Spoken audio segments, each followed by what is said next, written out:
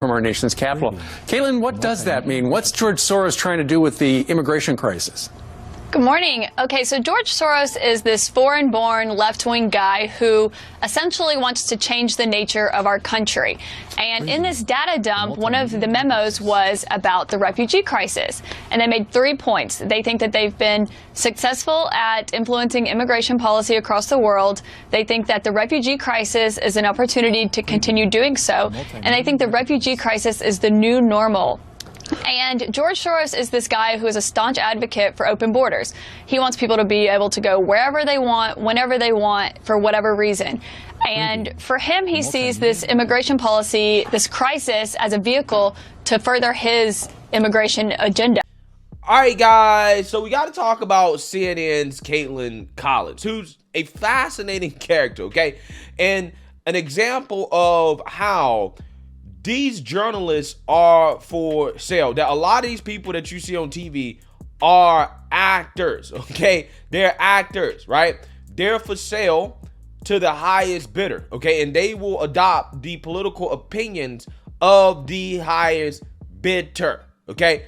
And again, Kaitlan Collins here is catching a whole lot of backlash because she apparently did not go hard enough against President Trump during the CNN town hall, okay? Even though anybody that watched the CNN town hall can see that she immediately started trying to debate Trump. She immediately started trying to fact check Trump, and that she was doing everything that the mainstream liberal media asked CNN to do, okay? And despite all that, CNN still got backlash to the point where Kaitlan Collins had to come out here, right, and to explain herself and to tell the mainstream liberal media establishment that, hey, no, guys, you don't understand. I actually really did fact check the president. Let me actually do it again for you guys.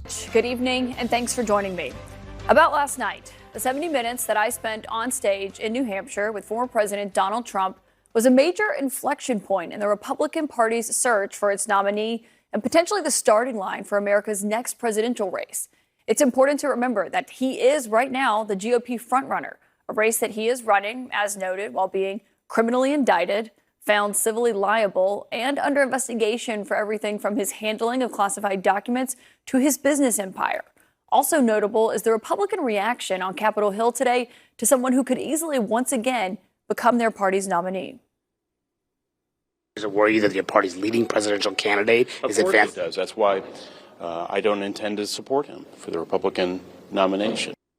Yeah, so she had this extremely long segment of her once again going over the town hall and basically trying to prove to the mainstream liberal media that, hey, guys, I did exactly what you asked me to do. I debated Trump. I fact-checked Trump. I didn't really let him talk. Let me actually do it again for you guys. However, the mainstream liberal media, they're still not satisfied. They still hate her, even though she tried to do their bidding. Take a look. I think that you don't give a bigot and a racist and a misogynist and a liar and a cheater and a sexual abuser and a defamer a platform of 3 million people. And I'm saddened. I used to work for CNN for quite some time. Anderson Cooper has been my friend for over 20 years. And I'm saddened that he tried to gaslight me yesterday by saying that people are in silos.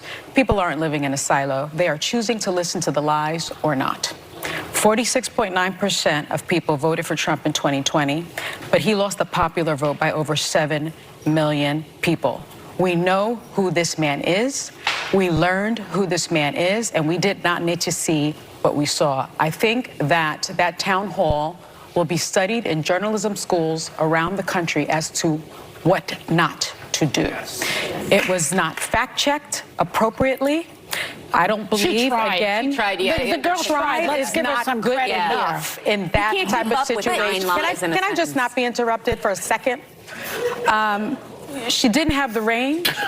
He agreed to the interview because he knew he could steamroll her. That's not fair. Jake Tapper Would have done it anyway. would have done a better job. And I will tell you that, remember, Trump walked out of a 60 Minutes interview with Leslie Stahl because she was fact-checking him in real time every single time. It's time for some real introspection at CNN, because I often thought, like Judge Brandeis, the Supreme Court Justice actually Brandeis, that sunlight is said to be the best of disinfectants.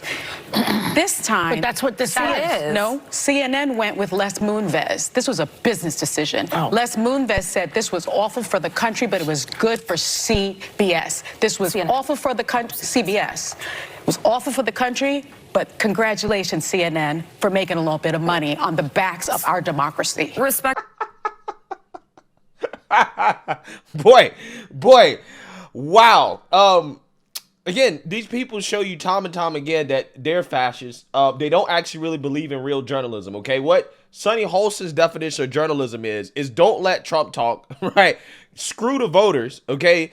They don't have a say, okay? Voters don't have a say. The people don't have a say, or they shouldn't have a say in regards to what we should be talking about or what the American people should care about. It should be all about what the mainstream liberal media cares about, and that is what we should be talking about. And that's exactly what CNN did. That's exactly what Kaitlan Collins did. She focused the town hall on a bunch of issues that voters don't really care about that much, like the 2020 election, January 6th, Trump's personal life, who he likes to sleep with. Yeah, that's what they focused on. That's what they talked about the most, right?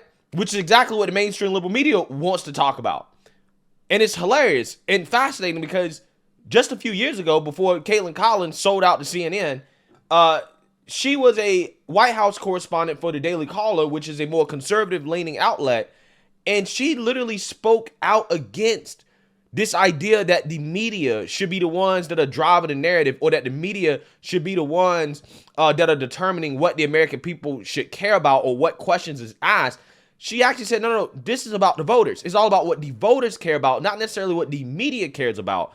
And it's just fascinating to see her evolution from somebody that it seemed to me leaned politically conservative. I mean, she was talking tough on the border and all that stuff, to what she is today, which is a liberal media propagandist going along with things that she knows are not really core principles of journalism. It's not what these people are supposed to do, but she's participating in it because she's on CNN, right? So I actually want to play this clip of her with this interview with Tucker Carlson, because it really does show you that a lot of these people are actors and they are just for sale, right? They're for sale to the highest bidder. So without further ado, let's get into it. Is a White House correspondent for the Daily Caller. She's new to the beat and she joins us now. Kaitlan, thank you for coming on. Thank you for having me. So there was this amazing moment in January. So Sean Spice, the new press secretary, asked the first question not to the AP reporter, but to the reporter from the New York Post. All of a sudden, there was this uproar on Twitter. Reporters who literally weren't even born when Barack Obama was elected were complaining about the breach of tradition. Why the resentment? The press is throwing a royal tantrum because they can't control what the country is talking about. For the last 8 years, they've all decided what the question should be, and they've all gone in there and asked the same question. And now that they're not being called on, they can't control what the news is about, and it's driving them crazy. Is that not what we're seeing right now? Right? Is that not what we're seeing right now? That's exactly what we're seeing. Okay? These people are outraged because they don't think that CNN was doing that enough, right? That CNN was not driving the narrative that they wanted to see pushed enough. And she knows this. Like, she knows this as a journalist, like, okay, this is not what we're supposed to be doing, right?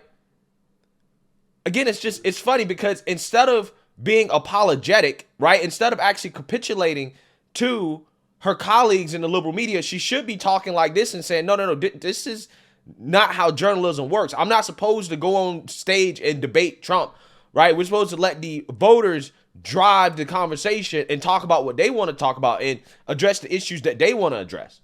Let's watch more. So you show up there right after the inauguration. You haven't covered the White House before. You don't work at the Boston Globe or the New York Times. What kind of reception did you get? It's definitely a little tense, but I'm not really there to impress them. I'm there to ask the questions my readers want answered, and I'm not there to ask what they want me to ask. I don't get the questions that CNN wants. I don't get the questions that MSNBC wants. I ask what my readers want me to ask, because outside in the real world where the other 300 million people live, they don't care about, you know, personnel issues that MSNBC is asking. So you actually took some heat from other reporters when you, at a press conference at the moment when Mike Flynn was having all his troubles, National Security Advisor, you asked a question to the podium about what the foreign policy challenges facing the country are. And what was the response to that? It was very heated. I got a lot of criticism on Twitter. A lot of people came up to me and asked if the White House told me what to ask, which is offensive. And I asked a big picture question about national security and who we're going to get into a war with next. And that matters more to real people than a personnel question of who's working in the White House. No one will remember Mike Flynn's name by next year. I think that's totally fair. You're obviously pretty immune to the criticism of your peers, but what effect does it have, that kind of groupthink or that enforced conformity, on other reporters there? It's definitely not a good mix for that, because then other people feel pressured to ask what everyone else is asking. They look up to someone on their left and they're asking about, you know, wiretapping, so they ask about wiretapping as well. But the point of 75 reporters being in that briefing room is that we all ask different questions. Right. If we all go in there and ask the same question 10 different ways, what does that accomplish? Who does that serve? So the president has attacked the press intensely, like no other president has ever gone after the press like this. What does that do to the reporters covering the briefing every day? People are a little hysterical about his criticism. Yes, he hates the press. Yes, he's very vocal about it. But what president has not hated the press? We make their lives harder, and they all hate us. They may not all talk about it, but they definitely hate us. They do. Well, that's the way it's supposed to be, right? You're supposed to be adversarial. Politicians in the press are supposed to be adversarial, right? They're not supposed to be best buddies. They're not supposed to be singing Kumbaya together and, you know, going to these fancy dinners together and smoozing and doing all this other. That's not how it's supposed to be, okay? Which is why I hate that White House Correspondents' Dinner. Stuff like that is, again, exactly what's wrong with politics. It's what's wrong with journalism. It's what's wrong with this country, okay? Again, she's speaking here on things that, again, are so relevant today in regards to that CNN town hall and how you see the media pressuring her, okay, including her own network, to do exactly what she knows journalists are not supposed to do, right? And again, she's apologetic about it, right? Instead of being apologetic about it, she needs to be pushing back and saying, no, this is real journalism, right? And that's the disappointing part, because it's like, this is probably how she really feels, right? This is the real her.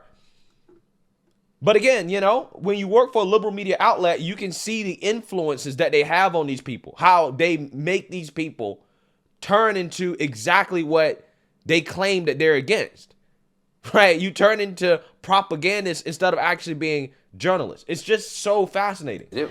So, but people are taking it really personally, and you shouldn't take the president's criticism personally. It shouldn't affect your reporting, but you can tell when you read the New York Times and CNN that it does affect their reporting, and that's not what should happen. I don't take my cues from the president. I report on him. I don't report to him. So you think that there's a personal element to this? They don't like Definitely. him because he criticized. Because he calls them out by their names, and they don't like that, and then they get a lot of heat on Twitter, and then it makes them resent him. Not for his policies and not for not following through on his campaign promises, but for who he is as a person. And that's not your job. Your job is not to get your feelings hurt. No, that's exactly right. Twitter seems to play a huge role in the attitudes of White House reporters. It does. It feeds their egos. They like to know how many people follow them, who's praising them. You should not pay attention to anything anyone says on the internet, though. That is pathetic. Do you see people checking Twitter in the briefing? Constantly. Everyone's updating it constantly. They're tweeting. It's a big part of it. But that's understandable. The president uses Twitter a lot. It's a new medium that everyone is, you know, refascinated with Donald Trump being in the White House. Boy, I'm sorry. I don't like that the president uses Twitter. I don't like that reporters use Twitter. I just think it's weird. But I guess I'm not in charge. Kaitlan Collins, thanks for joining us. Yeah, again, fascinating. You can see here, again, how a lot of these so-called journalists, again, they're for sale, right? They're actors and they're for sale, okay? Kaitlan Collins went from somebody that I could say was probably pretty based back in the day to somebody that is doing the bidding of CNN, okay, and the mainstream liberal media and doing things that she knows is not really journalistic, okay? my criticism of Kaitlan Collins is not that she didn't push back enough against Trump, is that she was pushing back too much. She was debating too much. She did not do what CNN advertised that she would do, which is to moderate a conversation between the president and the people. Okay, it was to the point where, again, Kaitlan Collins was more focused on issues that the mainstream liberal media cared about more so than what the people cared about. And she knows, again, based off that clip we just saw, that's not how journalism is supposed to work, right? That's not how journalism is supposed to work. Again, it's just amazing the evolution of, you know, some of these people over time, and you see how just radical they become because of Trump derangement syndrome, because they have an agenda that they want to push on the people. So let me know what you guys think. Make sure you like, comment, and subscribe. Most importantly, share a Black conservative perspective. Peace.